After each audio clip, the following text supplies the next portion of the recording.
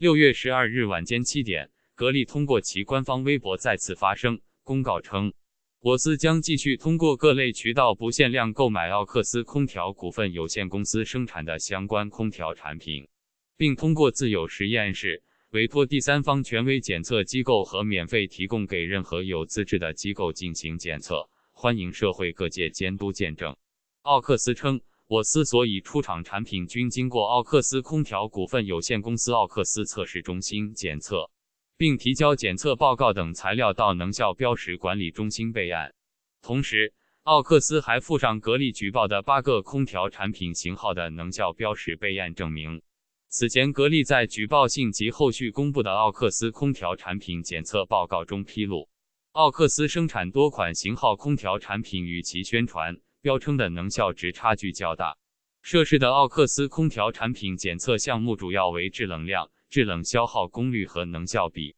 在送检的8款机型中，其中1款存在制冷量不合格，6款制冷消耗功率不及格，8款能效比不及格。但就上述检测报告，奥克斯并未在声明中正面回应。据奥克斯表示，国家市场监督管理总局、省市场监督管理局等每年都会对市场在售产品做质量监督随机抽查。自2016年到2019年，奥克斯空调被随机抽检累计29次，涉及19个产品，所有抽检产品100%合格，其中3年来被抽检到的19个产品中，涉及到本次格力举报型号产品共1个，为 KFR25TWNFW+3。